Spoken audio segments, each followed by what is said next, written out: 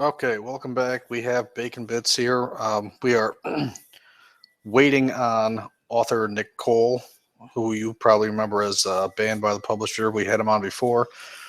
He's running a little bit late, and Professor Nick will be jumping in shortly. Unfortunately, I am the only member of the Bacon Bits show to arrive in a timely fashion this week. But while we're waiting, I think I'll just go ahead and relay a personal story. Bacon is in rare form this week, man. I am not a happy camper. We have, as most of you probably know, we have plenty of pets here. I live in upstate New York, right? So we have a cat and a couple of dogs.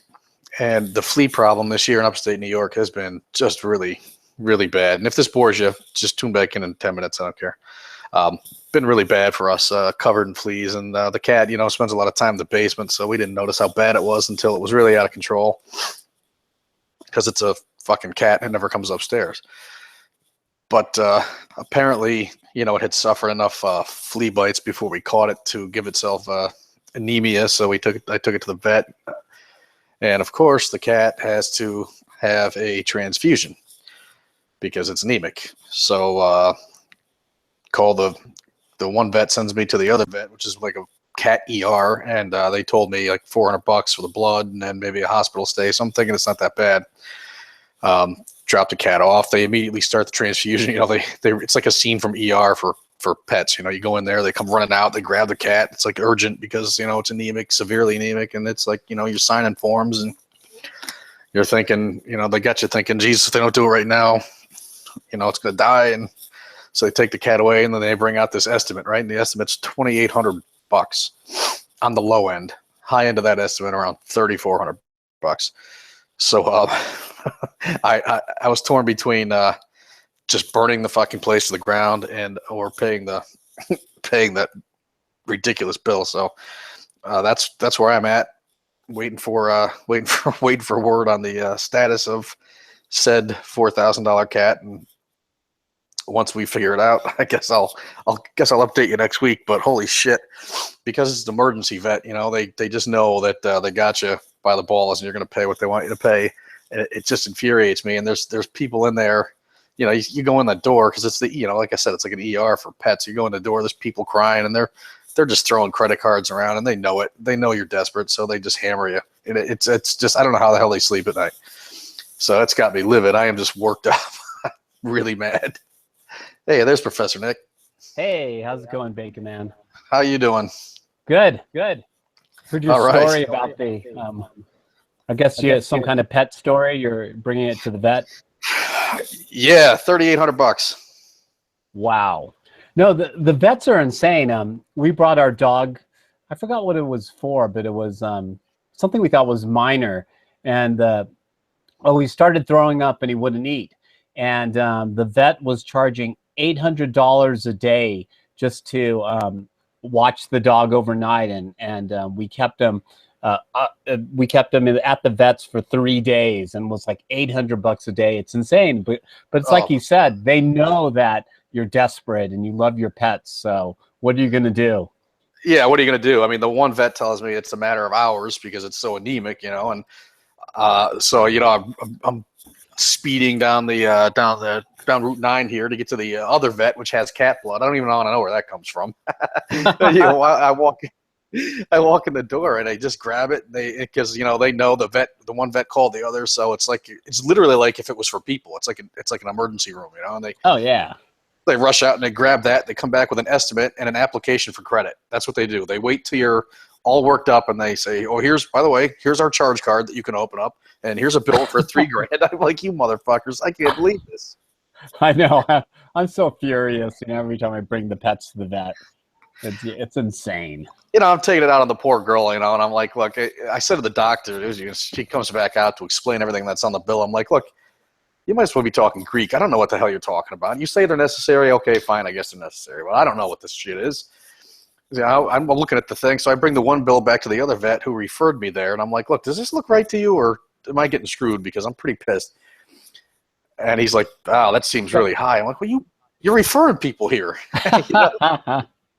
So he calls him, and he's like, "Well, I canceled some of the tests. All right, so we didn't need, they were going to do MRIs and CAT scans." I'm like, Jesus Christ, just do what you have to do. Not clearly, they're trying to soak you. It's just Oh infuriating, yeah. and it's just there's a vulnerability to people with their pets that they prey on it. It's despicable, if you ask me. It's just as bad a racket as there is out there. Right. Well, what can you do though? It's your pets. Like you have two options: pay or put your pet to sleep, and no one wants to put their pet to sleep.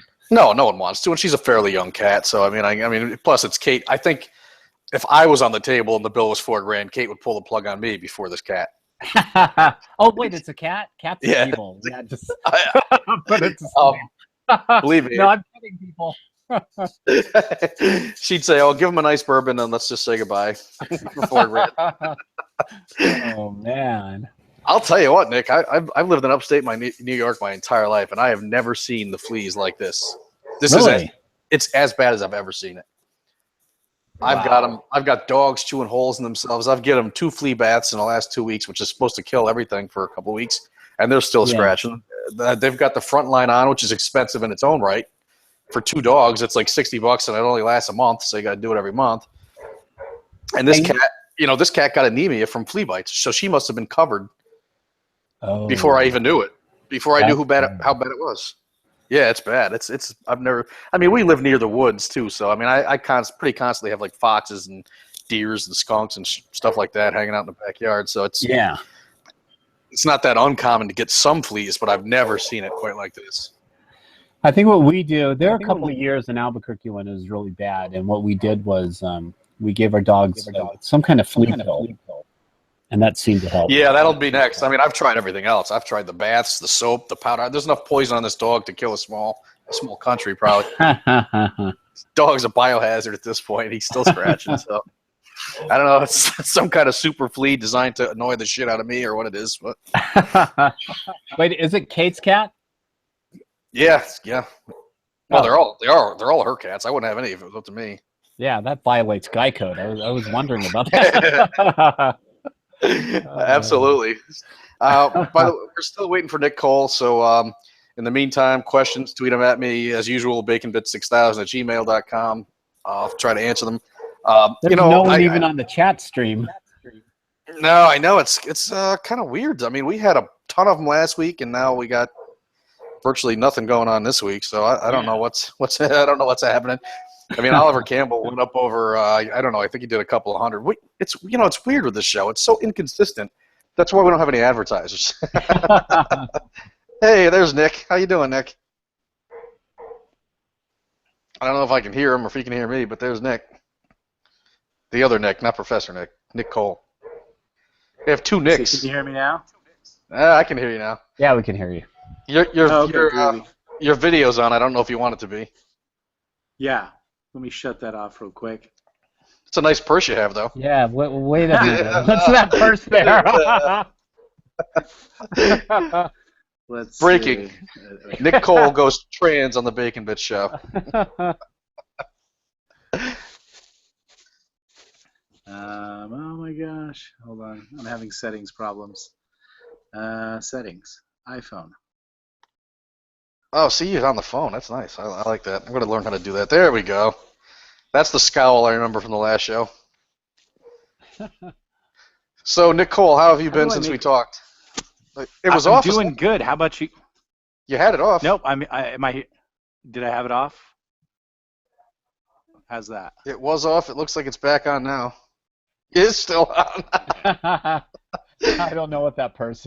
Now all the viewers are getting a good look at your purse. Let's see. So, There we go. you're still on the. You're still on video. Just put your finger over it. I'm trying to turn. Oh wait, there we go. I got it.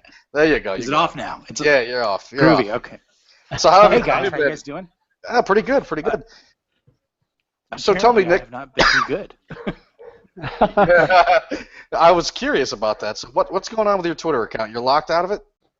It seems that I have finally offended everybody about Twitter. To the extent, like, it really happened after you guys said, because I'd kind of made a vow, like, I'm not gonna go see this Star Trek, just because I think when the whole gay Sulu thing came out, it wasn't so much like, oh, I can't handle seeing gay characters. That's not it.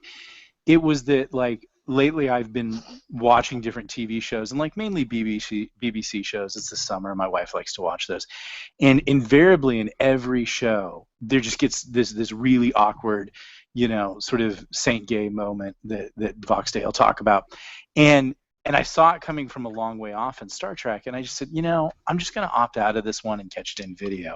But then you guys said go see it, so then I went and saw it, and my blood pressure just went through the roof, and I jumped on Twitter and I said disparaging things about Star Trek and Ghostbusters, and then and some stuff about Hillary, and then but nothing like, let's get these people, let's lynch them, they're horrible people, but just valid criticisms and complaints. Right. And What Daddy, exactly did you tweet? he muted himself. I don't know. Oh, there you go. He's back. Are you there? Yeah. What did you tweet that got you in trouble, do you think? I can't. I'd have to look back, but I think basically it was just something about, someone weighed in on a tweet that I'd made about Star Trek, and they said, oh, Ghostbusters was a train wreck too, and then there were some disparaging comments on my feed, and I really honestly can't think. I would go back and look at my tweets if I could, but I can't. But I'm not that radical of a person, so I don't really understand. There's Daddy Warpig, just as an aside. Warpig. I didn't think he was going to make it today, but there he is. Welcome, Daddy Warpig. Hey, plans fell through. Plans fell through. Well, tell your brother Warpig Jr. happy birthday from us. I don't know if he's younger or older than you, but He is younger than me. he's younger than you. Okay. Well, Nick, I'll tell you, your account it's not banned, right? Because I can still see it. Yeah, I just can't get into it, and I've done everything in the world, tickets, constantly day after day. Saying, it's just, I had talked with somebody who's kind of knowledgeable about getting banned, and that somebody would be Vox Day, and he said, no, they're just screwing with you. They won't let you into your account. So it's not necessarily a full-on ban, but it's you can't play. Right. I think that happened to Vox Day shortly after we interviewed him for the DLC show a couple of years ago. Yeah, basically. So we get people in trouble on this show. That's what we do. Yeah, and I'll go after Hillary on a few of her. How can you not? That's like when Kramer judo boxes the children. You're like, this is just too much fun. You're just almost doing it as a hobby. And from what I understand, though, that if you do that, this paid army of trolls then descends on your account and reports all kinds of. I keep getting a message that says your account has been suspended due to suspicious activity. So. Oh yeah, I got them for a long time. It happened to me for quite a while. Yeah. So ain't democracy grand? Yeah, that's something, man. I don't know how I got it, but I was getting the same, and I think Warpig was too. I turned on the two-factor authentication, and I still sometimes get texts that someone has successfully gotten as far as sending the verification text. So I know that they've hacked it, but they don't get past that. So yeah, exactly.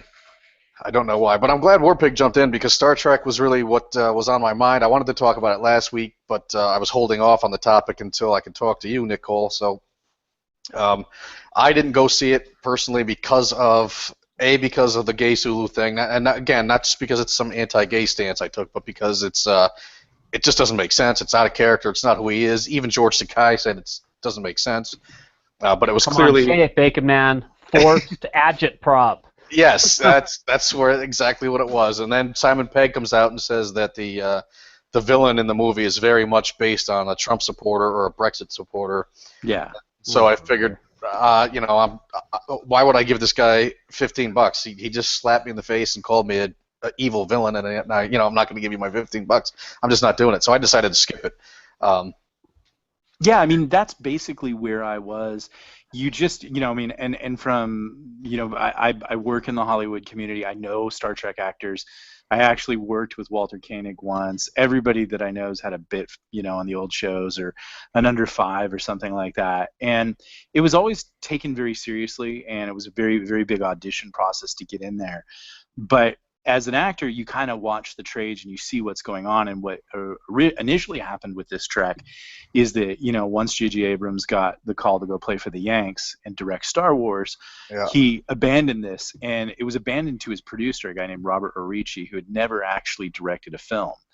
And that was like warning sign number one. And then warning sign number two is, let's get Fast and the Furious kid to do it, who's talented and everything like that. But, when you look at the Trek of our day and Gene Roddenberry and riffs on classic Greek, themes about, sort of man conquering the universe and all these things, and then we're suddenly going to this Fast and the Furious style of filmmaking, there were already all these super danger signs. And then I think the really, it's crazy how they do things, because that gay Sulu stuff didn't come out till a month ago. But this film was already written and directed, and suddenly they're like, oh, by the way, like when your wife goes to Target and overspends. She goes, oh, by the way. But it's like, but you guys knew about this for a year or two, and so that tells you that they know that the stuff they're doing is absolutely crappy, and they're doing it anyways. And it's just, I'll stop my rant there, because I'm sure everybody, and I'm waiting for Daddy Warpig's rant, but it was it was just a haboob on the horizon of worthlessness, and you saw it coming from a long way off, and you shouldn't complain when you get caught in a flash flood. Yes. But you guys made me go get in the flash flood. Not me. I'm boycotting. I'm boycotting. I don't think. Well, you said be on the show to talk about Star Trek, and I said, well, I better go see Star Trek. I was responsible, baby. I just wanted to talk about Simon Pegg being a dick. I didn't know. I didn't know. You made me drive into the flash flood, but there was buttery popcorn and Mr. Pibb, so it was okay. Yeah, that's all right. Plus, you're in California, so what's a movie ticket out there? About $30. Yeah, well, there's a whole loan paperwork thing, and you and you have to get frisked for a gun, but it's great. I just went through the loan paperwork thing at the vet about 3 hours ago, so I don't want to hear it. Warpig, you must have something to say. You're awfully quiet. Well, I saw Star Trek Beyond the same day I saw Suicide Squad and Jason Bourne, and so I think Bourne burned through all of my outrage, because Bourne had the worst technobabble I've ever seen, and I'm actually burned through that outrage because I got that out of my system on my the last podcast I did with Geek Gab. So I'll just say this. It wasn't just that George Takei didn't like it. He had specifically had discussions with Roddenberry about, there being a character, and Roddenberry said, I know everything about these characters, and Sulu specifically was heterosexual because that's the character he wanted. That's the world he created. He didn't make Sulu gay for very specific reasons. So it wasn't just that they were creating this character just to have him virtue signal. It was they were very specifically going against the express wishes of Gene Roddenberry. So this is a deliberate violation, and they knew it because when they had written it, before they had shot a single foot of film, before they had lensed anything, they went to George Takei and said, hey, we're doing this, don't you think this neat? And George Takei said, no, don't do it. Me and Roddenberry specifically sat down and discussed this at length. So don't do it. It's disrespectful to his memory. It's disrespectful to Star Trek. It's disrespectful to who Sulu, the character, is. Don't do it. And they went back to him several times, and every time his answer was exactly the same. So, yeah, it was deliberately changing what George Roddenberry wanted for Star Trek for no other reason than to pound their chests and say, look how politically correct we are. It didn't add anything to the story. It didn't add anything interesting to Sulu. It was just for them to virtue signal so they could say, look how righteous we are. It was absolutely pointless from a story point of view. And so it's not so much that I'm outraged, it's just I'm wearied by these stunts anymore, because I guess I'm comparing it to Ghostbusters, and I'm thinking, well, at least they didn't ruin the whole entire movie. At least they don't actually physically, viscerally hate the fans of Star Trek. I mean, you could I haven't had a chance to see Ghostbusters. I wanted to see Ghostbusters so I could review it, but I have seen several detailed dissections of the Ghostbusters movie, and from the very get-go, when they started writing the script, it's very apparent that the people who wrote the script hated the fans of Ghostbusters. They hated them, and they wrote the entire movie as sort of a take that to the people who loved the original Ghostbusters.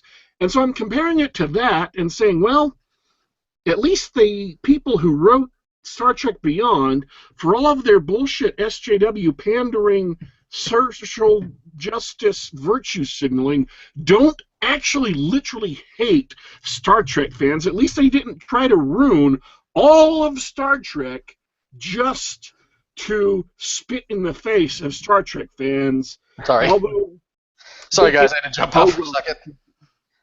I would, let me go in and jump in and, since some of us have not seen that movie, just using my, film lore to touch up that Sulu scene and describe it to you. How we encounter it is this really super doofusy version of Captain Kirk, where he's not enthusiastic, he's not excited, he's kind of tired of everything. This Kirk has like an extreme sense of ennui, and his confidence is basically matched by the dad from Ferris Bueller's Day Off. That's made abundantly clear.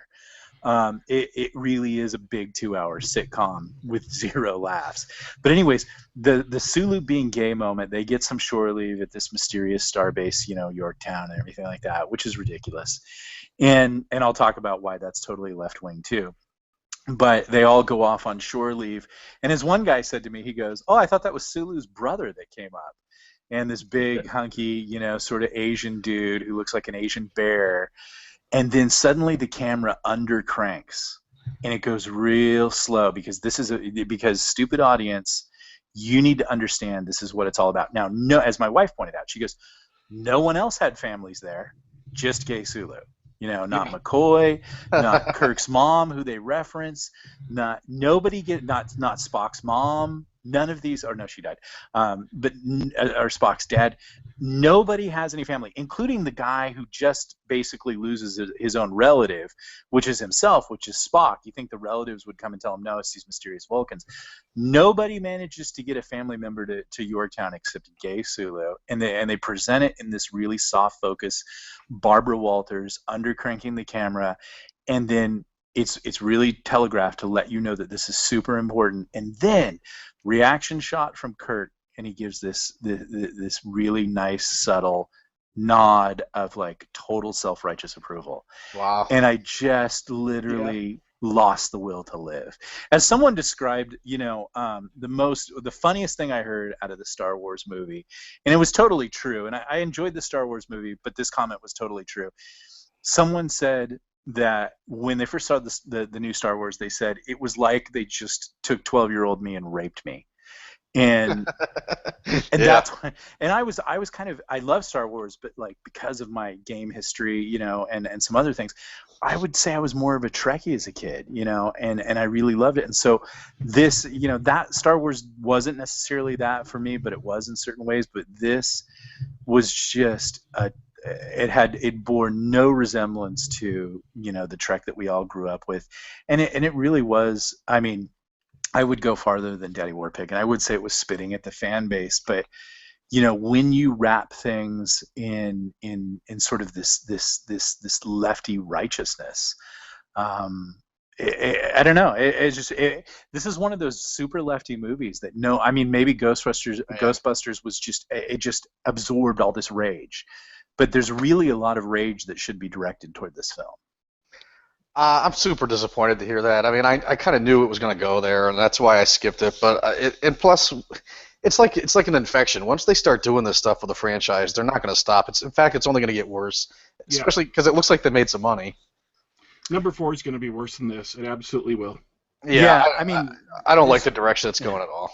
Here's something else, though, that we haven't talked about that I just quite clearly. Nowhere in this movie is a man allowed to save a woman. Ever. Ever, ever, ever. In fact, the one time that a man goes to save a woman, he gets jumped by another man, and the woman has to save him. It's totally true. McCoy the Doctor is probably the most useful of all white males. That's made clear. White males, and Spock falls into that, are incredibly stupid people. You've never seen Spock stupider than this movie. And here's the guy who's basically, like that was never a question or doubt, but he absolutely is of useless amounts of help. McCoy chews a lot of scenery and is fairly overblown and ridiculous, but he rides a space motorcycle and saves Kirk. Kirk, like I said, is just absolutely hapless. But you know who is super competent and does everything great? Take a guess. Uhura. Absolutely. This is a character without flaw, without anything that goes wrong. She nails everything, and she's a fun actress to watch. I dig her. If everybody were as competent as her, that would be my track. But what makes it a clown show is her level of competence and sophistication and dramatic, and all these approaches are so on par, are so spec, that everybody else looks like a clown. I mean, Zoe Saldana as an actress really does deserve to be respected more and to get bigger roles than she does, but writing Uhura to be the superhero in a crowd of incompetent, bumbling fools is not the way to use Zoe Saldana. Yeah. And it's too far. It's so far away from what Star Trek was. Right. It just pisses on the lore of it. And, to have Kirk be that buffoonish. I mean, the wisecracking thing I sort of get, but Kirk had serious moments. He had very heroic moments. He wasn't afraid of a fight. And he was competent. He was competent. Very competent, yep. He was not a frat boy. It's just too far away from where... In fact, I've been watching a lot of Star Trek lately. I've been on a journey back in time, Nick, to my youth. So Married with Children, I've been watching a lot. And Star Trek. And I got up as far as Voyager. I'm maybe about halfway through. And Voyager's a series I didn't particularly love on my first trip through it. And I'm finding now that there are some episodes that are pretty spectacular, but in between there's a whole slew of mediocrity that it's just not going to, it's not going to be my favorite series. And Mulligrew, I'll say this as an aside. That's how you say her name, right, Mulligrew? Yeah, let's go with it. She, even as a young woman or youngish woman, when that show first starts, for some reason has the voice of an 80-year-old 4-pack-a-day smoker. It just goes right through me. I think she studied under Kathleen Turner. That was what do you call that, husky, sexy kind of voice. Yeah. This is more like a nails on the blackboard kind of thing. And then when she wants to be dramatic, it's a chainsaw. But then when she wants to be dramatic or really be very serious, she lowers her voice to a whisper every single time, and it just drives me batty. Yeah. So I never bought her as a captain. In fact, I know she wasn't their first choice for a captain. Before her, believe it or not, was an even older lady. Yeah.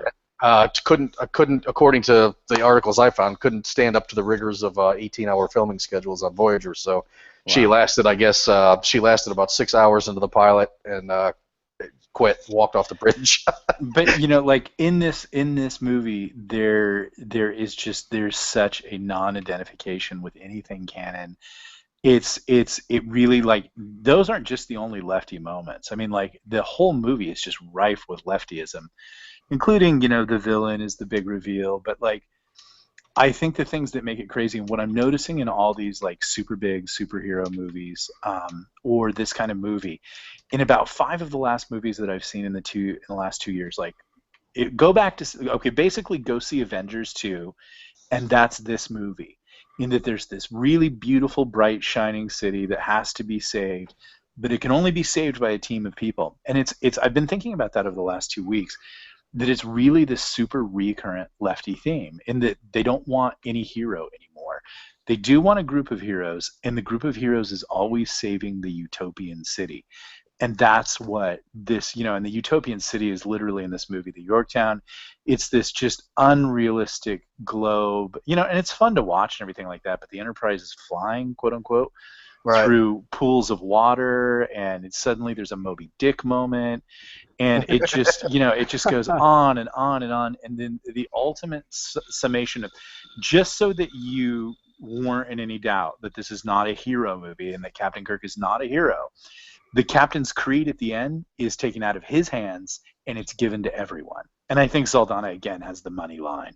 But everybody will help the captain say his line. And it's Now, just such. Let me it's- ask you this, Nixon. Yeah. Did you notice in the film when you were watching it, or you, Warpig, because I didn't see it, did you notice a moment, was there a moment when the villain was on screen that you said, oh, that's why he calls him a Trump supporter? I mean, was there some line or something in there that was supposed to particularly make fun of Trump?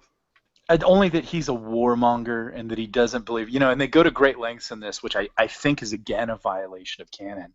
But but Simon Pegg goes to great lengths to tell you that even though everybody in the Federation has military ranks, and even though we have weapons, and even though we have ships, and even though we all have uniforms, the Federation is not, and especially the Navy is not a military organization. And you want to go, and they don't tell you what it is. But Right. and so they make a very clear point of pointing out the Idris Elba, who again is awesome, and it gives me I hope love for the him. gunslinger. I love him. He comes in and pretty much saves the whole movie with his portrayals, and his character changes, going from what he does to what he does. But it's made clear that he's a warmonger, that he doesn't believe in peace, that he came from the old Earth military. The only fun part is like in his speech he mentions fighting the Kazini. So you have to be so deep, and Starfleet battles to be like, that's awesome, because the Kazini were only mentioned in the animated series. So that was a cool moment. Yeah. But it's Larry made very. Niven's. Go ahead. Larry Niven's Kazinti, the cat people Right. who are part of Larry Niven's known space universe, that he wrote a script for the Star Trek animated series, Right. and so now they're part of Star Trek lore. Right. Well, in Starfleet battles, they're big drone users, and they're allies of the Federation, and so that was kind of fun to see that come into fruition. But again, it's just like if you ever knew, if you ever had that old Star Trek technical manual that went through the history of the Federation, I'm pretty sure they didn't even take a look at that. So it's pretty crazy. Voyager started that pacifist Starfleet bullshit. They're the ones that started it. They wouldn't fight back for anything. Yeah, I mean, why are you calling people lieutenant and captain, and what are we calling these weapons? I was just watching the one earlier today, right, or yesterday, when the Voyagers lured into a giant beast thing that starts to digest them. Okay, it's an anomaly in space, but it's a creature, and as they're going to fire a photon to get out of it, and the doctor says Starfleet's not in the business of killing creatures, and I'm like, even when they're digesting you can't fight back. And here's one of the final things that makes you feel like a chump, and you've just wasted 2 hours. And the best part was the really buttery, salty popcorn. Is you go through all this and you watch again the Enterprise get eviscerated, and again the crashing into the planet scene, and you're like, how many times can we blow this ship up? Exactly, right there. That yawn is you watching the saucer go in, and it's fun to see it crash, but like how many times? They did it better in the Next Generation movie. Yeah, but Yeah, that was it's great. not wide of it. It's like they watched it and they said, we could do this one better. So they do all this and blah, blah, blah, and all the stakes. And what was so great, I think it was 3, is they don't give you a new Enterprise. They let you just go home with that weight that your childhood just blew up. Yeah. And that was awesome. Remember? Yeah. You're like, Oh, yeah. And then the next, it's the whole movie is the bird of prey. And then they give you this payoff at the end. There it is. No, they basically say, screw you, and they build the Enterprise in 30 seconds. And Kirk had that moment too, where they watched Enterprise go down, where you felt this sense of history, all the years they spent on that ship, and he said, "My God, Bones, what have I done?" And that's what you're thinking when he says Kirk it. could care less, could absolutely care less, and it's just there's no love for the things that we cherish. I don't understand that. It's like they're standing on the shoulders of giants, and they just don't understand what they're playing with. And I'll tell you what, when they announced Justin Lin, I think is his name, right, as the director. Right. Yeah. And I don't like to pigeonhole young directors, so I didn't come right out and say, "Oh, it's Fast and Furious in space," just because he's a Fast and Furious guy. I like to assume he might be able to do other things, like James Wan can also do great horror. Right. So let's see what he can do. But then I started to see the trailers, and I thought, "Oh shit, it is Fast and the Furious in space." It really is. And when I was at USC, or when I was auditioning at USC, he was kind of the big kid on campus, and everybody said this kid's brilliant. And But he's not a Star Trek director in a lot of senses. He loses the sort of, I think it was Nicholas Meyer who did Khan. He loses a lot of the grandeur, and I always thought what made Khan great, it was an Age of Sail battle, and this is just really ridiculous. And Vin Diesel might as well have been a crew member, but the truly lefty sentiment is, how much do you think a starship costs? They go out and just wreck one with just absolute reckless abandon, crash it into and an hour later, like at the end of the movie, I'm not kidding, they build the Enterprise in 30 seconds. Yeah, it's all fast forward, and they say, okay, go out and go again. There's no board of inquiry, there's nothing, and you just realize like it's such a bad scene to put in a movie because you just feel like nothing changed and there were no stakes. So, War Pig, was it the directing or the writing? What made this Fast and Furious in space? The writing. Honestly, I'll be honest, I think James Lin did a decent job with the material he was given. James Lin didn't, if I remember right, he didn't have anything to do with writing the movie. He just had to direct it. And so I think he did a competent job directing bad material. The directing and the editing didn't strike me as being bad. The material was written badly, and you can tell. The thing is, Simon Pegg loves Star Trek, and the movie is chock full of allusions to classic Star Trek stuff. He clearly knows Star Trek inside and out, but he takes all of that Star Trek lore and it's filtered through a matrix of social justice, which just twists and turns everything to serve its own ends. And so what you get out of it at the other end isn't Star Trek. It's social justice wearing Star Trek costumes. If I can't remember what movie this is, but if you can imagine a horror movie where a villain wants to reassure a child that he's really their parent, and so he goes out and skins their mom and wears their mom's skin and comes back and tries to smile at them, but you can see that it's just their mom who's been skinned and is dead, and he's smiling at them, and it's all ghastly. That's what this like was. when Hillary tries to smile, when Hillary tries to be people, and her programming short circuits. Yeah, I mean, it's basically like Warpig's absolutely right. It's like some horrible alien just skinned your mom, and they're making you pancakes and trying to smile at you. If you remember Men in Black, the Edgar suit. That's what this is. The Edgar suit. Yeah, it's just a colossal train wreck, but it is the, there's subtext here, and that's what I was talking about. Like, I think when you look at almost every movie being made today, we're seeing the death of the hero. We could call it anti-hero movement, but it's the death of the gunslinger is what we could really say. It's the death of Gary Cooper. It's the death of Harrison Ford. They don't want that white guy anymore. What they do want is they want all these, like, and that's why Suicide Squad was a colossal failure. And a lot of these things, they're just, because of their, I think, a series of bad decisions over the last 20 years, they're trying to jam a bunch of, hackney-eyed, stuck around too long talent in. Everybody's phoning in a performance for a slice of the cut.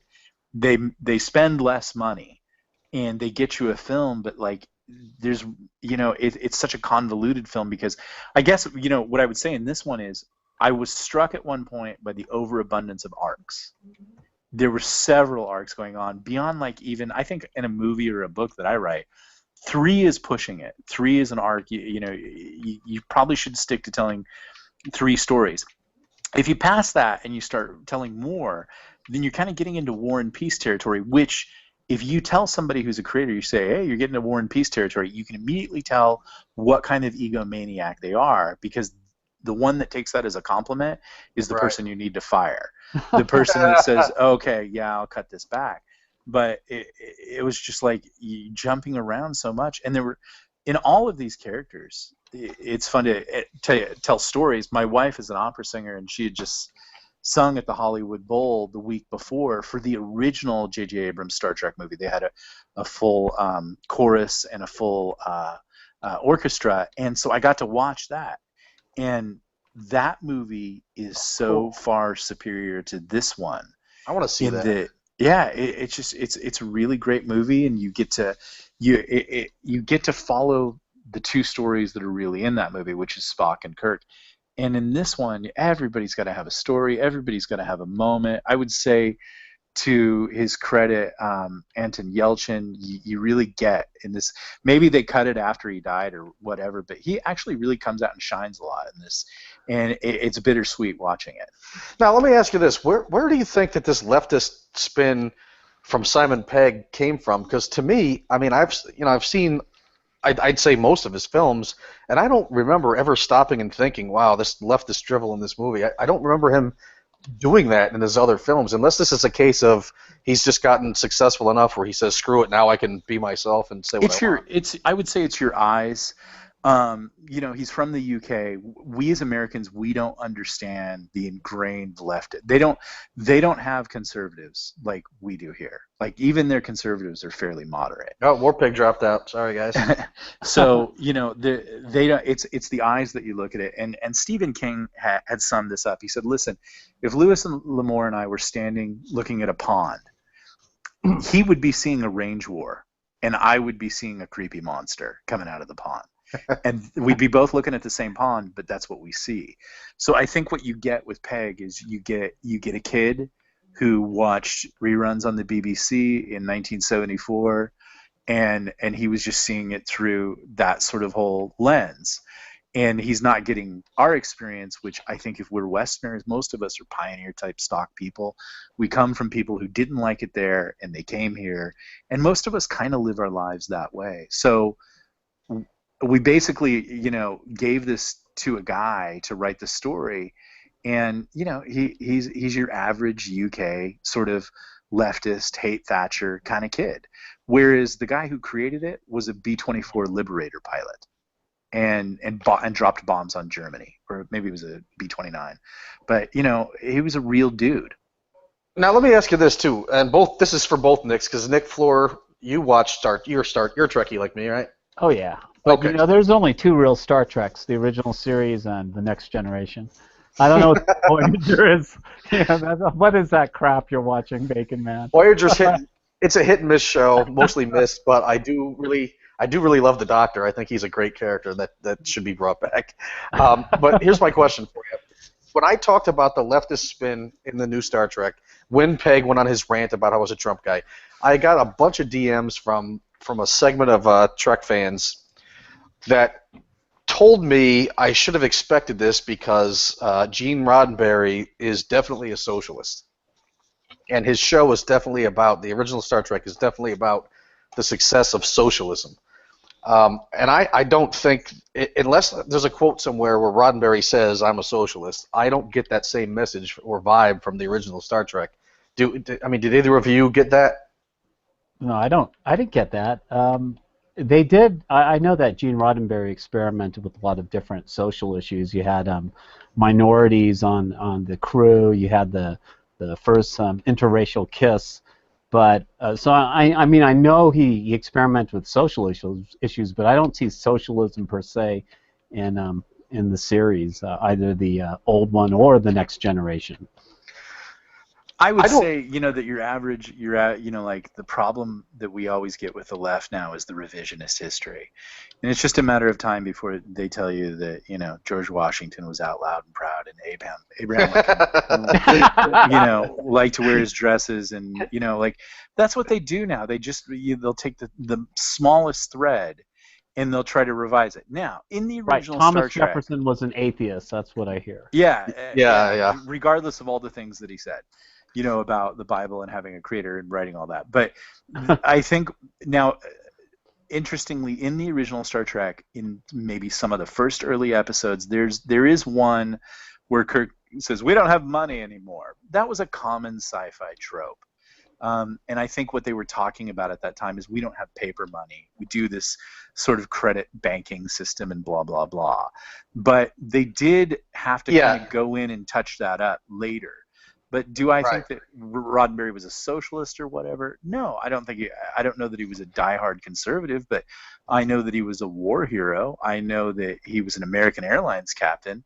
I know that he was obviously some sort of militarist. but and he was a staunch defender of the Constitution, because there's that whole episode where Kirk just spot on nails delivering the Declaration the Declaration of Independence. E So Nista. yeah, Yeah. yeah. So to Oh, I weigh love that in one. and call this guy a socialist, that's just what the left does now. It's just bait. I see. That's Yeah. what I think too, and I think they take the fact that they don't use money as some sort of evidence. But in fact, later on in this series, they say that money went out the window in like the 22nd century. But other planets, there you can clearly see bartering. I mean, the episode with Tribbles is all about people selling and buying things. So there's clearly some sort of commerce going on. And plus, if it was actual socialism in Star Trek, whatever they used that wasn't money, they never really went into it that deeply. But one thing it wasn't was forced redistribution by the government. In no case did they say the government takes everything we own and gives it back to the people however they see fit. They never said anything like that. So I think I think personally that's just revisionist. I think Nick's right. You're both right. It's also people confusing, this whole idea of caring about other people and caring about social issues as socialism. So a lot of the people that like Bernie Sanders, they like him because they think he's pushing policies that take care of people. So they don't look at socialism as redistribution of wealth. They look at socialism as caring about social issues. So when they see Roddenberry doing something like a Minority Crew or the first interracial kiss, they go, oh, social issues. He must be a socialist, because that's how the 21st century millennial defines socialism, caring about people. That's what I think. And how do you think those millennials felt today when CNBC announced that Bernie Sanders bought a $600,000 vacation home? They were upset. Think they felt smart that they maxed out their credit cards in college to get this? I think the left they're actually immune to the truth. I mean, we all knew what kind of person Obama was. The information was all there, and even today, and what we're coming up to now, I think what we're coming up to now is going to make revisionist history up until now look like child's play. But we're now about, in the next 4 to 5 months, going to enter the great parade of what a great President Obama was. There will be no dissent. And so I just say that to say, when you look at the left, you can sit there and give them the truth and the facts, and they're just like, no, I'm in. This is and you can't dissuade them. But where it gets criminal is when they actually go into history and rewrite it, and that's what the textbook battles that we're facing now and things like that. These are a group of people who are committed to crafting the narrative. They have no true compass, and so we gave this to I like to think of we as collective fandom, because we can do things. We can vote with our feet. We can, as you did, we can say no and not go, and we can teach them a lesson. That is within our power. And because Hollywood is backed by banks, they will listen to us. But instead, we as fandom, we gave them the permission to butcher it and to do what they did with it. And it's just a silly, ridiculous. I think that was one of the tweets that I made. I said, it was just ham-handed ridiculous. It was twee and ridiculous. It was twee and ridiculous. Twee, look up the end. We don't use that word twee anymore, but it's a word that means light and almost ineffectual, as having no presence. And so I really would be hard-pressed, and I challenge myself, I'm getting older, I'm 48. I walked away from this, and an hour later I said, what was the plot of that movie? And I couldn't remember. I had to struggle to tell you, well, they were doing this thing. But it's not like those moments like when you were a kid when you walked out of Predator and you could go like, oh my gosh, or like even like 2001, where that plot and it's as convoluted as that narrative is, and all over the place and postmodern. I think most of us today could still dissect that and tell you everything about it and what did this mean.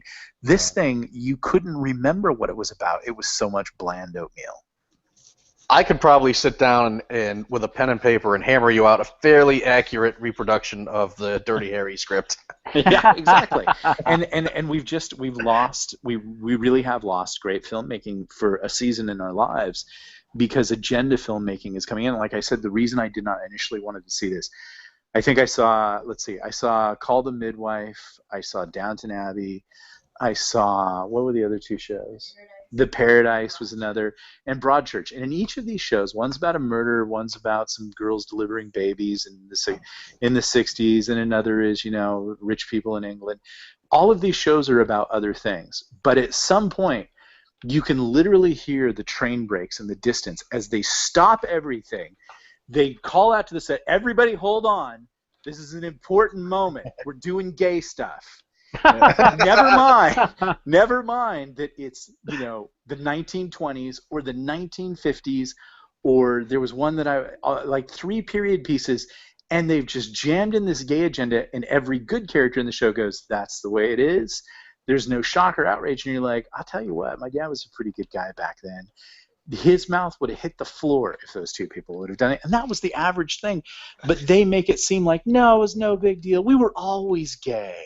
It was just a few bigots that weren't cool with it. And you're like, I hate you.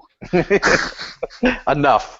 We shrugged it off for two. That's our fault. We shrugged this stuff off for. Yeah. These left-wing messages have been in there for quite a while. We shrugged it off and said, well, I want to see it anyway. And if I don't go see movies that have leftist agendas, then I won't ever see a movie. And so we just kept going and kept going. And believe me, I'm one of the world's biggest Star Trek fans, and I had to practically chain myself to a radiator to avoid paying the $15 to see this. But you know, I had to draw a line, and it's not Star Trek. Just so you know, like the first movie sets us free from it. This is, you know, because there's a timeline, you know, and this is where we show our Trekkies. And that, you know, like that was the part I missed about this, because when we were kids, or when we were adults even, or in college, it was fun to dissect Trek, either the science of it or the lore of it or everything like that. This movie set you free from all that right off the beginning. I said, it's not Trek. It's alternate reality. And blah, blah. And to me, as I thought about it as a writer, I said, they could have done so much more with this. Sort of like in the comic books, there had been odd Trek things that happened. Like, you know, Krug, the guy that they rescue, he kind of becomes part of the crew. And I said, wouldn't it be cool if, like, they just made Spock the captain the entire time? I mean, if you're going to play with it, just do tons of fun stuff. But don't just mirror it enough and then make everybody have a sense of ennui about it. Well, geez, if I could go back in time, I mean, I applauded the reset of the timeline because I thought he did that first movie was great to me. I thought it was great, but if I'd have known what they were going to do with that free license I gave them, I would have never agreed. Yeah, exactly. So, you know, we've got to fight the power. Hey, you guys, I got to bow out. I got to go run and do a thing, but this was so much fun. Thank you. All right. Well, thanks for coming back, and we will definitely have you on again. Yeah, all right. Thank you, Bacon Man. Thank you, Nick. All right, buddy. Yeah, talk to you later, Nick. Look at that, down to being the professor. I know. What happened to Warpig? Well, I just got a text message from Warpig. Apparently, he lost power, so his internet's down, and he just didn't see it coming, so he fell out. Well, now that it's down to me and you, how's the floor leave race, by the way? Going down good? Yeah, it is. I didn't miss too much, did I? No, you didn't miss anything. I can't afford rum anymore because of the cat, so I'm just going to live vicariously through you. Oh, man, I feel bad for you, Bacon Man. You can... but you know, it's not your cat. If you guys want to send me booze or good bourbon, you can DM me from my address. I'll give it to you. Awesome. So, listen, Professor Nick, here's what I want to ask you. Yeah. 2008. Sure. 2008, okay. Joe Biden's out on the campaign trail. And this might have been, I think it was early 2008, in the run-up to Obama's first election. He's out on the campaign trail, and he says the right is going to try to tell you that Obama's coming for your shotguns, and don't listen to that malarkey. I have 2 shotguns of my own, and let me tell you, I have a Beretta, and if he comes for my Beretta, he's going to have a problem. That's a Biden quote, okay? So how is that any more or less outrageous than what Trump said the other day? Why is Trump getting endless news cycles about how he threatened somebody because you saw the Second Amendment people trend? Oh, yeah. Well, I don't remember Biden's quote being such a big deal. Yeah, I know, and I heard Hillary said something similar too. I haven't seen the. But Hillary said the same in 2008 before the nomination was settled. Someone asked her why she didn't drop out, and she said, "It's only May. There's a ways to go. Everyone remembers that Bobby Kennedy was killed in June, And so why would I drop out now was the quote. Maybe she short circuited there, but I think clearly what she was saying was, if Yeah. Obama drops dead, then I'll get the nomination. No, exactly, and I think we all know why. And you know, I'm not the only Her one. enemies do have a history of dropping dead, so maybe she was just. I know. Did you hear about that? The one guy that exposed the WikiLeaks, The DNC staffer. Yeah. Yeah, he was trending for a while. Holy crap. Man, that's scary. You know, I hate being I'm not that guy, right? I'm not that conspiracy guy, but Right. if you dig into the amount of people around her that have dropped dead of weird circumstances, it's getting to be kind of hard to ignore it. I mean, Makes I me don't wonder want to be tweet about it. I know. I just wonder wonder. if, like, 20 years from now, the truth will come out, and I'll be like, "Oh, I should have jumped on that back then." Oh Because yeah.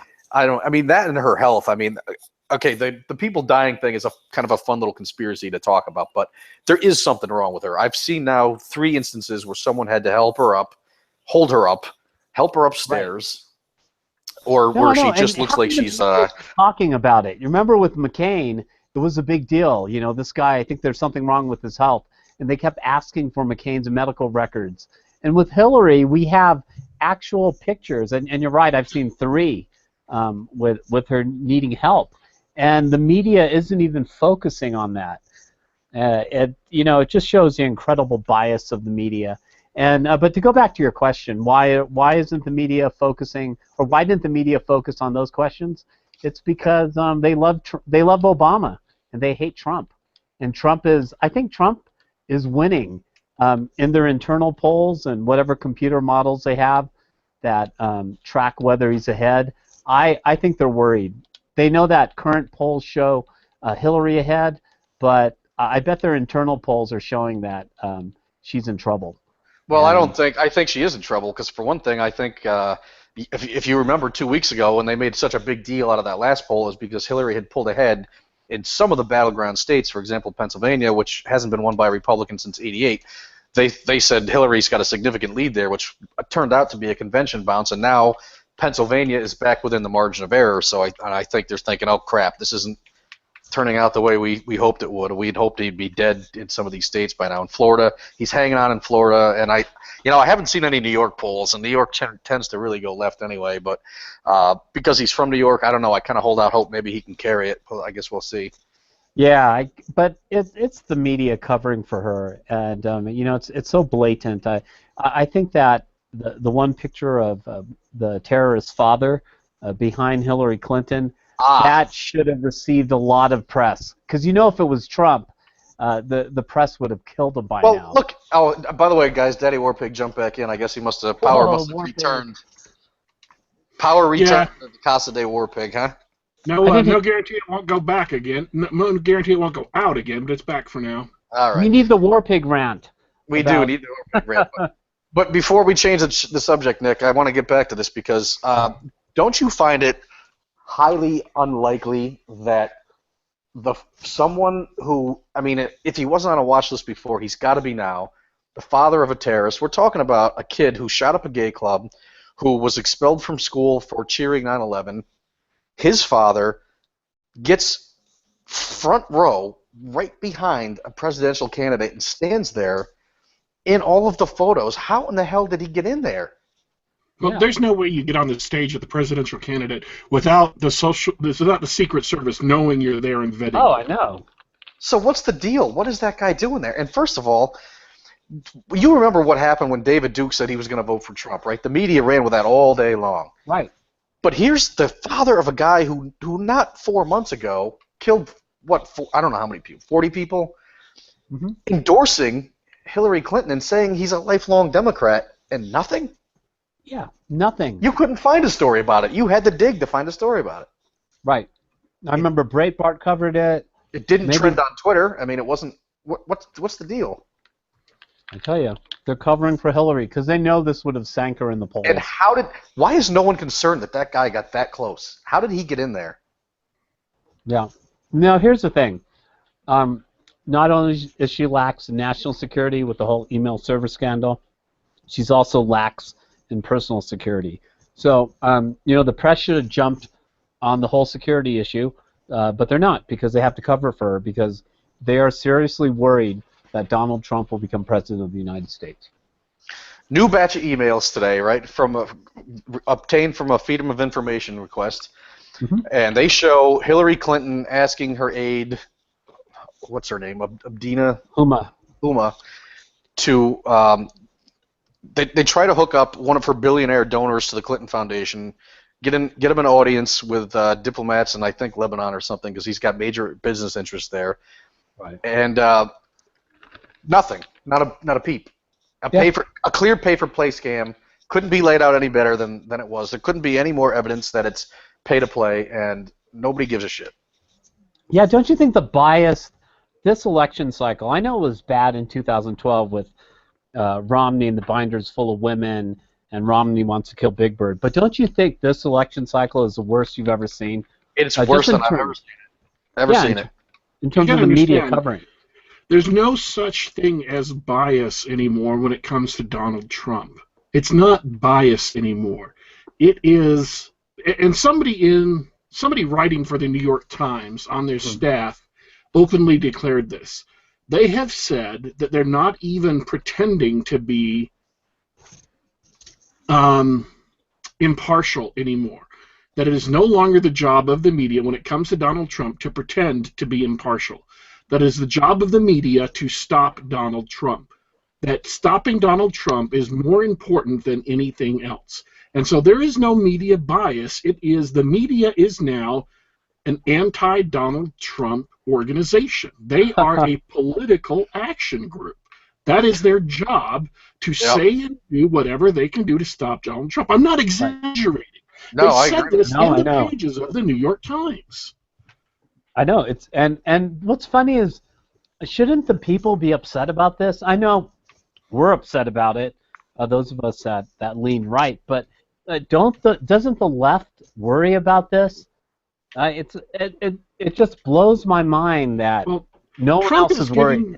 Trump is giving people way too many excuses to ignore all this shit. Yeah, he is. That's true. Yeah. He is. I agree. I know we got in a little dust up with somebody. I don't even know who that guy was. A pressed fart or something jumped on us for saying this last week. But yeah, his advisors have to be pulling their hair out, asking him to please, count to 10 before you spit something out. But I think the media will take anything that Trump says that's even a little ambiguous and spin it in a negative way. Well, they will. I mean, look at what they turned that little speech the other day into. He wants to shoot Obama. That's what they turned it into. Right, right. It was absurd. It was absolutely absurd. Nobody who saw the quote or heard the quote. In fact, I saw them CNN try to interview the woman who was tossed out of the rally. Tossed out, I mean, because she took her baby out of the rally. And they were just dumb smacked that they couldn't get her to say something bad about Trump. I mean, they really were like, yeah, don't you think because he, and she was like, no, I love him. My kid was loud, big news story. My kid was screaming. Right, and Trump was laughing about it when he was saying, get him out of here. Right, and it was first of all, if you've been to a Trump rally, which I have, it's sort of an inside joke, okay? The get him out of here thing is a line he uses when someone's getting a little nutty. And everybody kind of laughs, and it's sort of a joke, but it's also a way to point to security when someone's going nuts. Right. And in our case, in my rally, he said, "Oh, it's a free country. Give the guy a second to speak." And then the guy held up his sign and flipped a couple people off, and then he said, "Now," and he paused, and everyone went, "Get him out of here!" So, if that probably is a joke the media missed because they weren't paying attention to what he says on stage. They were busy seething with rage and writing editorials. But I don't know. Warpig, you read the pay-for-play article that was out today. What did you think about that? Could there be any more evidence of a pay-to-play scam than that? The Clinton Foundation only exists so that the Clintons can market their influence to other people for money. That's the only purpose behind the Clinton Foundation. And it's basically a big money laundering scam. And anybody who thinks it's anything other than that is lying to themselves. All of these Never Trump people who think that it's anything other than that are lying to themselves. I've had people trying to argue this, say that Donald Trump is exactly the same as Hillary Clinton. And I'm like, guys, she isn't. I mean, he isn't the same as Hillary Clinton. He isn't worse than Hillary Clinton. Hillary Clinton has done so much worse than Donald Trump.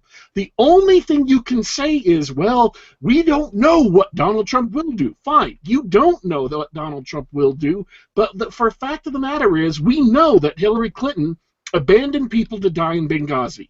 We know that Hillary Clinton was an integral part in turning Libya into an ISIS state, into a refugee for ISIS. We know that Hillary Clinton was an integral part in selling weapons to ISIS. We know that Hillary Clinton helped destabilize the entire Middle East. We know that Hillary Clinton helped sell the influence of the United States government to corporations across the world and businessmen in return for obscene amounts of cash. Right. We know these things are factual. These things are not matters of speculation. There are other things that are matters of speculation, but these specific things aren't. And you can say anything you want about Donald Trump, but he is not worse than Hillary Clinton. I know. He's going to use the nuclear codes. That's what they always say. Yeah. Moreover, Donald Trump will be opposed by the media, by the Democrats, and by a large minority of Republicans. Hillary Clinton will not be opposed by the media. She will not be opposed by the Democratic Party. She will not be opposed by a certain minority of Republicans, and she will not be opposed by the federal bureaucracy. Donald Trump will be opposed by virtually the entire federal bureaucracy. And here's the key, and I do not understand, I really, honest to God, don't understand why more people aren't terrified by this. If you read what happened to the Tea Party, if you read what happened to the Tea Party under Lois Lerner, but also what happened to Tea Party patriots under the Equal Opportunity Commission, what happened under the BAFTA, what happened to their businesses, what happened to their houses, they were subjected to harassment by a half-dozen government agencies under President Obama. Do you not think that Hillary Clinton will not engage in that exact same behavior?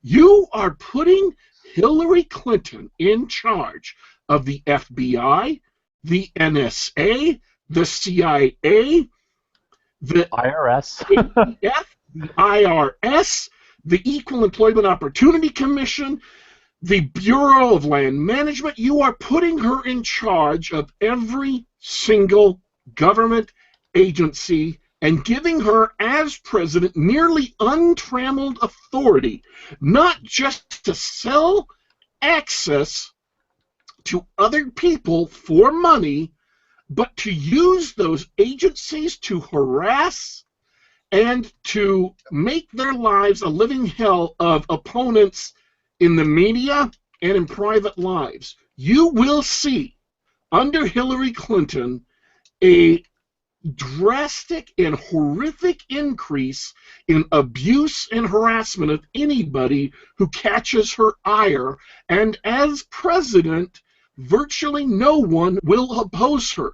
And if you are one of those people, if you are one of those Republicans who spends your entire time trying to ensure that Hillary Clinton gets elected, then you will bear responsibility, partial responsibility, for every single moment of pain and anguish and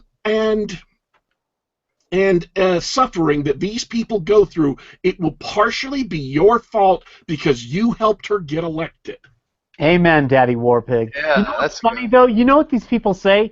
You should have thought of that before you elected Trump. It just drives me crazy. That's their Right. only response. You should have thought of that before you elected Trump. Well, I'll tell you something. You know what? Here's what Trump should do. He should, if you remember the last time Hillary was trying to get the nomination, she kept talking about the 3 a.m. phone call. The 3 a.m. phone call. Who do you want to take the 3 a.m. phone call? Oh, yeah. And I think it's quite clear now that Trump could easily say, well, now we saw what happens when the phone rings at 3 a.m., Hillary. You don't answer. You leave guys to die in Benghazi. You got the 3 a.m. phone call, and what'd you do? Nothing. It's the easiest campaign ad in history. It's a slam dunk. It would be, I'll write it except for the you. media I'll is write it for covering for her. That's the problem. Well, she's outspent him by about 50 million, I think I read on television ads so far. He has not rolled out very much in the way of TV ads, and I don't know what he's waiting. It looks like he's just keeping his gun loaded and waiting for the final. I don't know. I don't know what he's doing. I've never seen a campaign like this, frankly. Yeah. He Unless spent he's nothing on just the gonna- Olympics. She spent 24 million. He spent zero on ads in the Olympics. So. Yeah, and you know what? He might look like a genius because the ratings are tanking for the Olympics. That's true. He may be smart. He may be smarter than. I mean, clearly, he's smarter than me, so he wouldn't pay $4,000 for a cat. But you know what Daddy Warpig said is exactly right, and I don't know why more people can't see it that way. Why they have to? I mean, you have to admit that Hillary will elect, at minimum, even if you don't believe anything else that Daddy Warpig said, and you should, she will at minimum elect liberal Supreme Court justices, which will fundamentally transform the United States for at least 50 years. Oh, and, yeah. It's, Absolutely. You have to at least concede that point, and you can't let her win. But they won't even address that point. Well, when I argue with the Never Trump people, they always say, "Well, you should have thought about that before you nominated Trump." That's their only comeback, and I'm getting tired of it. I don't block people, but I'm seriously tempted to block people on Twitter. These Never Trumpers on Twitter. Yeah, I know. I'm there with you. It's because they don't have any. They don't have anything to back it up. It's just that it's what you said. Well, you should have thought of that before, and it gets old after a while. Yeah, and the other thing is, like what Daddy Warpig said, they're so sure that Trump will do these things, like launch the nuclear bombs. Right. So they're taking things. They're assigning. I think I tweeted. They're assigning 100% probabilities to things they think Trump will do. And, it's the Batman theory from Batman versus Superman. If we think there's even a 1% chance that Trump might do this, we have to treat it as an absolute certainty. It's insanity. Yeah, it is. It's like your wife getting mad at you for something you haven't done yet. Like, I know you're not going to do the dishes tomorrow or something like that. And you're like, are you mad at me for something that hasn't even happened yet? I don't understand. Kate does that? They all do it. What was Yeah, I was watching? I think maybe my favorite Al Bundy quote was on one of the reruns this afternoon. I saw it. He says he's talking to a kid on the street. He says, "Son, let me tell you something. From that first worm they dare you to eat when you're 3 years old to that last shovelful of snow they convince you can pick up before the heart attack comes, we are nothing to women but an amusement park ride with life insurance."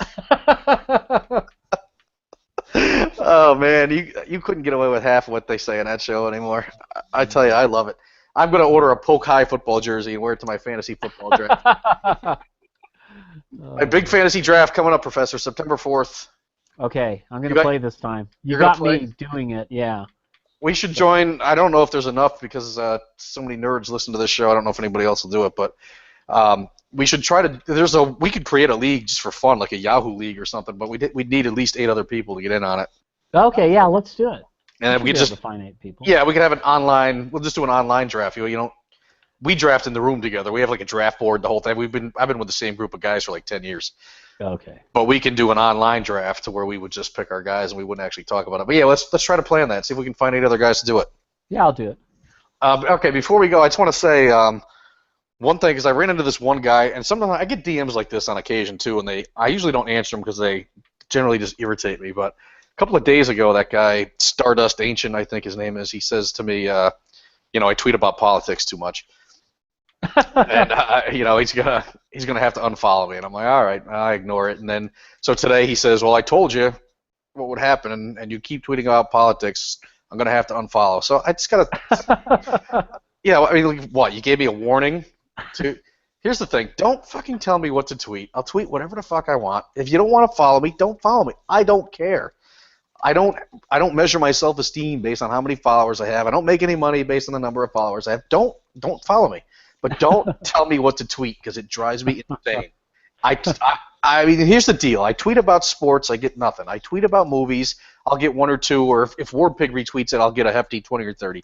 If I tweet about politics, I'll get 50 or 60 or 70 or 100 likes. So, I've tweeted about, look, examine my timeline. I tweet about everything. Hockey, football, movies, television shows, and yes, plenty of politics. But if you don't like it, just don't follow me. I don't want to hear about it. Don't complain to me. Just unfollow me because I really don't care. It's so irritating. Can you imagine? And don't announce it. Sorry, man. I'm going to have to unfollow you. What's that supposed to make me do? Cry? I'm going to lose so much sleep tonight. This guy had to announce you're going to unfollow me? Just fucking do it, okay? I don't care. Holy shit, does that annoy me? And I was already in a bad mood, too. I mean, who gives a shit? I'm going to be up all night, some guy, come on, give me a break, will you? Somebody's done that to you at some point, right? And you know it's annoying. Oh, I know. But it's like if you don't follow me, okay, fine. And the threat is what I like. Followers. What's that, Warpig? I did want to talk about one other thing before we go. Oh yeah. And that is Love hearing the Warpig rants. That is the soon-to-be infamous social justice disaster of Mass Effect Andromeda. Oh yeah. Oh yeah. Now I called this a few weeks ago based solely on one data point, which is that BioWare abruptly and without any warning closed all of their community forums for Mass Effect and I believe Dragon Age. And immediately at that point I said, well, they've gone full SJW and they don't want to hear the bitching from the fans. Right. I said, that's it. That's why they did it. I know that's why they did it. It's going to be an SJW shit show. And a bunch of other people were kind of like, we don't see how you got that conclusion. And I'm like, I know. You won't see how I got that conclusion unless you've been steeped in this bullshit for as long as I have, but just trust me. BioWare was already mostly SJW. Oh, They yeah. caught a lot of flack for Mass Effect, retake Mass Effect, and they went way SJW with Dragon Age Inquisition, or so I've been told. Yeah, they did. Yeah. Way.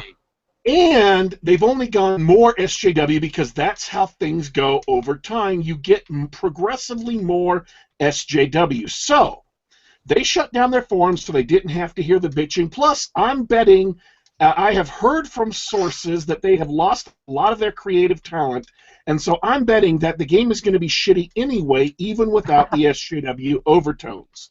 So that was my conclusion, is a bunch of these little different things added together. Since then, 2 more things have happened that have reinforced my prediction. One is the news story put together by Ian Michael Chong, I think is it how you pronounce his last name.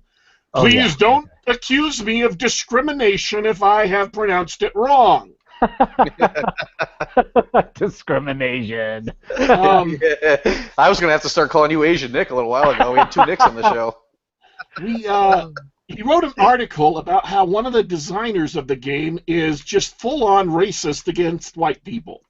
And you're going to say, oh, that sounds ridiculous. No, I've linked to the story a couple of times. Go look up the story. It's on the new Heat Street site, which, despite the fact that it seems to be kind of a Never Trump site, has some really good articles, and this is a one of them.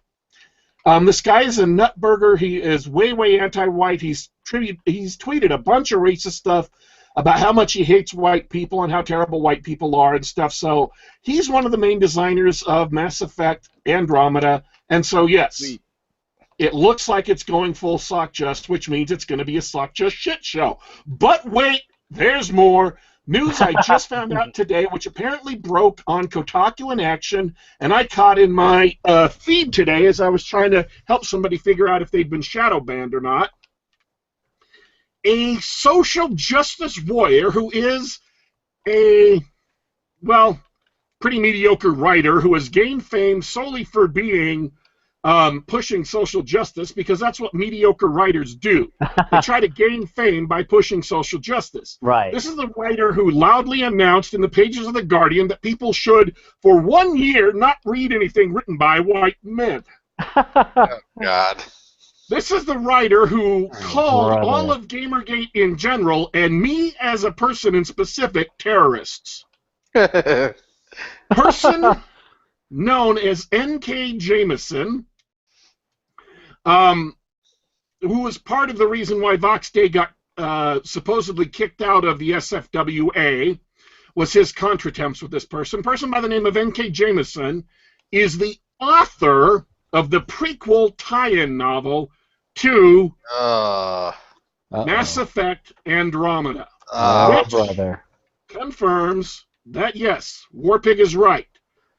Mass Effect Andromeda is going to be a social justice shit show. Oh, man. I'm All out. the people who said, no, that's not going to be the case, or we think you're jumping to conclusions. Yes, it may look like sometimes I'm jumping to conclusions, but that's because you just have to kind of squint at things and look at it sideways and read between the lines You of what had they're a- doing. You had a pretty clear indication where BioWare was headed when they started winning GLAAD awards. You knew what was happening.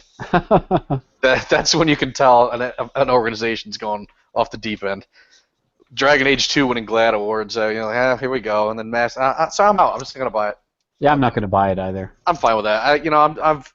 I've gotten, ever since my stand on Batman, I've gotten better at because I really wanted to play that game. It looked great. Yeah. So I've gotten better about just not doing it. Yeah. there's I a can new buy that. hashtag out called Boycott BioWare that's been gaining some people tweeting it. And I would love to support Boycott BioWare. I would love to loudly and proudly announce that I am boycotting BioWare. Unfortunately, I have been boycotting BioWare since Retake Mass Effect since 2012. So I've been doing this for almost 5 years now, for 4 years now. So, I'm there in spirit. I just, I can't loudly announce I'm suddenly doing it. I've been doing it. So, sorry, guys. I'm with you in spirit, but just I can't suddenly begin to boycott something I've already been boycotting for a very long time. Count me in. And that was their writer who was complaining about another game dev, right, last week? It was a BioWare guy?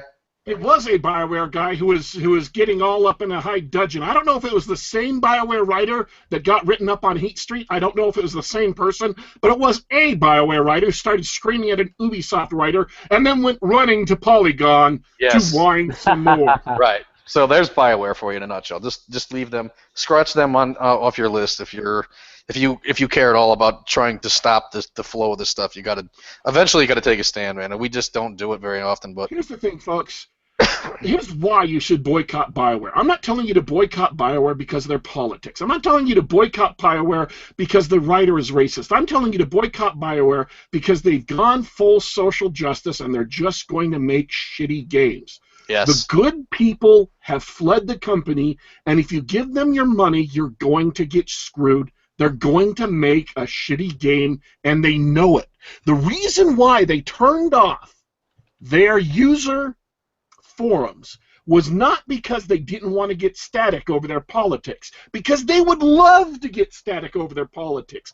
SJWs wake up in the morning and they pray to whatever evil god they worship that they get static for their politics because they can take that static they get for their politics and go to the internet and say, look at me! I'm being harassed by an evil hate mob! Worship my victimhood! absolutely right. That's how it works. Oh, They're awesome. happy. Nobody can dams like these guys. They're turning off their forums because they don't want to get static for having made a shitty game. And once their organization has been taken over by SJWs, that's all they're going to make from here on out are shitty games. Boycott BioWare because your money will be wasted. That $60 will be better spent on something else. And you are going to see reviews in Kotaku and Polygon and Rock, Paper, Shotgun and all the usual suspects telling you this game is a golden shining symbol of all that is good and right, descended from the heavens to bring happiness and joy to gamers all over planet Earth. Don't believe it. It's a lie. They're lying to you because they're social justice reviewers. That's all want everyone I to care remember about- when Mass Effect turns out to be a social justice left-wing shit show. Just remember, you heard it here first, and we told you not to buy it. Yeah, So but people will still buy it. take that $60 and buy me a review copy of something because I have cats and I can't afford it. So, all right, I guess we'll probably pack it in. Huh? We've done an hour and a half here. Yeah.